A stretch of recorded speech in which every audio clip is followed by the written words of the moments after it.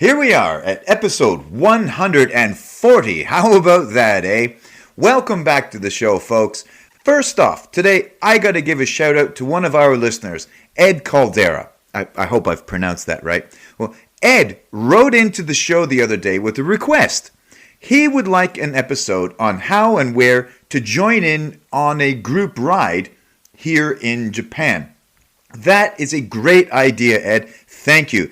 And I'm kind of wondering if any others out there had the same question. So I'm definitely going to put that episode together. It's going to be a little while before I get to it, though, as I've got some guests lined up for the next couple of episodes that I am really excited about. Episode 141 is going to have an awesome couple from England, Daisy and Charlie, who are in the middle of a year-long global cycling tour. So I am really excited to talk to them. And episode 142 is going to be my conversation with a cyclist named John Swain, who is doing the famous Cape Sata to Cape Soya ride. In case you don't know what that is, that's cycling the length of Japan from south to north. I am really excited for that conversation as well. Man, I am a really lucky person to get to meet awesome people out there doing awesome things. And folks, speaking of awesome things, how great have the cherry blossoms been this year, eh? I think this year has been the best cherry blossom cycling I've ever done. This year, I cycled out to Tamiya Park in Otaru, and okay, I've just said it's the best I've ever done, but Tamiya Park actually wasn't completely in full bloom yet. I don't know what it is, but every year, Tamiya seems to just take its time getting into full bloom. But anyway, Tamiya, so it was still looking really good. It just wasn't at full bloom. It wasn't mankai. But Sapporo was just incredible this cherry blossom season. And it's still going on, folks. It's still got some stamina left in it. It's not done. I rode past the Shinkawa site. I did not go see them lit up at night, as I was saying last week. I don't think that's the most enjoyable experience. But those cherry blossoms, some of them are just massive along that Shinkawa route. They are huge. And there's a whole ton of them up for like a few kilometers all the way up and down Shinkawa. It's a good ride. It's a really good ride. Also, Maruyama Park and Hokkaido Shrine were beautiful. Actually, when I was there last Saturday, Maruyama Park was packed. I mean, packed. Full of people having picnics and adult beverages under the blossoms. It looked like a lot of fun. And folks, I gotta be honest, I was really tempted to get a couple of cans out of the konbini and just flop down and join a group. But that's not so far-fetched, folks. We actually used to do that back in the day. People were always very, very welcoming. It's just a really great atmosphere when young people are having a hanami party. It's really fun. It's something, if you haven't experienced it, if your timing's right and you get the chance, go join a hanami party. It's a great time.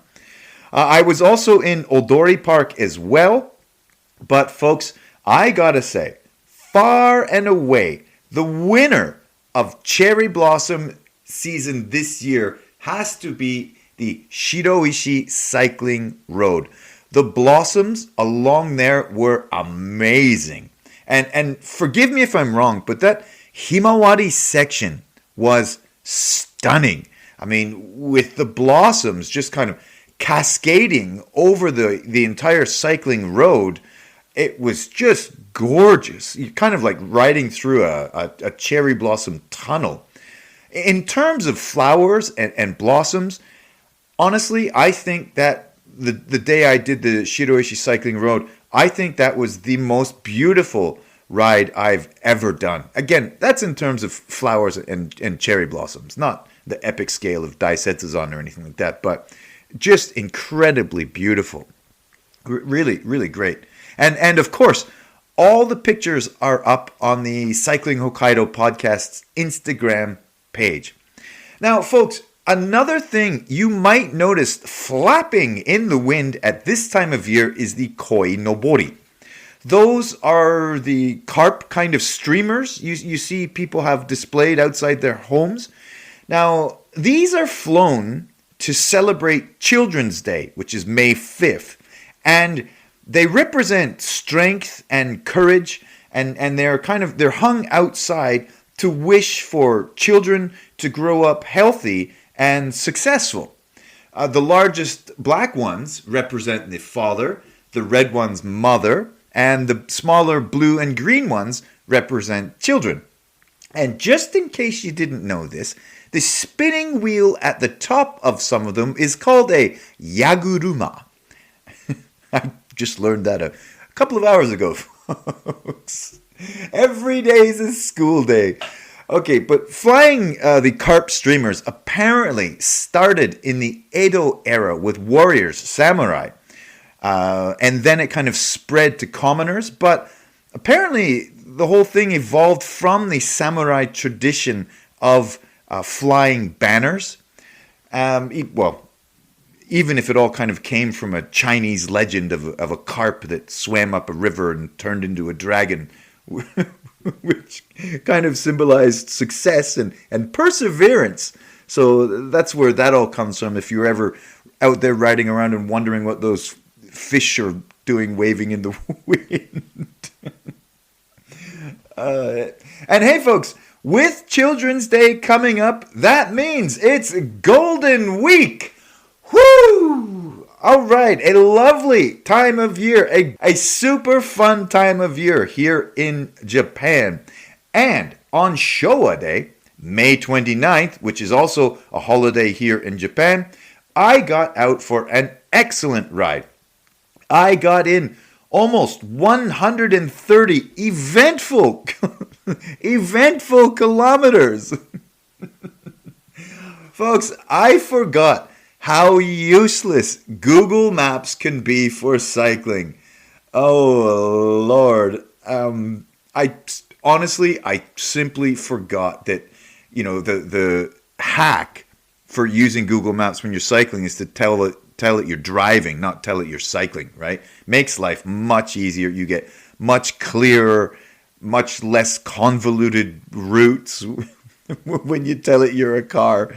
Anyway, I forgot, just a little bit out of practice. So far on any ride I've done this year, I haven't been using any Google Maps or anything to get around. This was the first time I kind of really didn't know where I was going, so I was using it, and I paid the price. It kept sending me down some really weird places. Like, it sent me down dead ends. It was going to have me going up logging roads that were roped off. It was just a weird thing. I mean, folks, when roads are roped off in the forests and hills here in Hokkaido, I do not horse around. They are closed for a reason, and I would rather not. I would rather not find out what that reason is. You know what I mean? So if you're looking at my ride with GPS route for this ride I'm talking about now, and if you're wondering what the hell happened there, well, that's what happened. I made the mistake of trying to follow along Google Maps while saying I was a bicycle. It's if you have a look at that, but okay, don't judge me, please. And also, if you're looking at that ride with GPS, and if you're wondering, hey, he said it was almost 130 kilometers. Well, it's a little different on the ride with GPS because I never turn ride with GPS on or off while I'm actually at my house. I'm always a few kilometers shorter on the ride with GPS data because I don't start or finish the rides. What am I trying to say? I don't always turn on or off Ride with GPS right at the start and the actual start and actual finish of the rides. Oh man, sometimes English is a bugger, ain't it? Okay, so where did I go in those righteous kilometers? Well, for that ride, I had two destinations. One was the Tsukigata Maruyama viewpoint. The other was the Miharashi no Matsu, an ancient Japanese yew tree, one of the oldest trees here in Hokkaido. First, folks, let me tell you about the viewpoint because I came away with much more than I'd expected. I thought I was just going to see a good view, right? It's a viewpoint. And on top of that yellow tower, whatever that thing is supposed to be, were really nice views. It was great. But the surprise was on the signboard at the bottom. So apparently, in 1886, a man named Kiyoshi Tsukigata, there it is, and a group of officials came to Hokkaido to establish the first national prison. Yep. And present-day Tsukigata, now, I never knew Tsukigata was named after a man. See, every day's a school day. Tsukigata was chosen as one of 3 proposed settlement sites for a prison. And from that viewpoint site, where they were actually standing where I was, they could see that the flat plains were surrounded by the Ishikari River and the Samado mountain range. So they thought it would be difficult for prisoners to get very far if they escaped from the prison, right? But also, they recognized that the land and the soil were very good for farming. So, prisoners could get fed. So they established a prison there. And apparently in that prison, in that original prison, there were political prisoners as well as some really bad boys. And the sign said, check this out, the sign said, daily life was filled with tension and riots. Now I imagine your everyday average prison is filled with a significant amount of tension. But the riots, wow, that would definitely add to the tension. Man, wow, that just must have been wild days back way back then when they're starting prisons, man. Wow. And I kind of knew this, but I didn't know. I knew this about Abashiri and Route 12, but I didn't know that in that area in Tsukigata, that prison labor was used to make roads and infrastructure. The prisoners even planted the cedar forest that's at the bottom of the viewpoint. And folks, that cedar forest, that smelled just incredible that day I was there. Wow, really, really nice. What was so surprising was I always knew there was a prison in Tsukigata, but I had no idea of its history. I didn't realize that the town kind of grew around the prison, and the town grew because of the prison. Like, people who lived in the town worked at the prison, or, various services around town in one way or the other supported the prison, whether they were inmates or staff. The whole area just kind of developed along with the prison, and the area was developed with prison labor. I didn't know that about that area. Now, again, I've just mentioned Abashiri. Abashiri is obviously the most famous of Hokkaido's prisons, right? I mean, it's even featured in the Golden Kamui series. And like I said, I knew I'd done research on like Route 12 and things before, and they'd used prison labor from Abashiri to work on that road. So it wasn't really a new thing to hear that the Japanese used prison labor to make new infrastructure in the wilds of Hokkaido way back in the day. But it was just it was just really nice to know that Hokkaido's prison history extends a little closer to home. It's not just some distant famous legend in Abashiri. It's right here in Tsukigata as well, folks. Wow, that was really an eye opener. That was great to find that information. Don't you just love that when you get to a place that you want to see and it turns out to be something just completely different from what you thought it was? That's part of what makes a really, really great ride for me, right? But anyway, my next destination for that day was the Miharashi no Matsu. This tree, a Japanese yew tree, is thought to be more than 1,300 years old.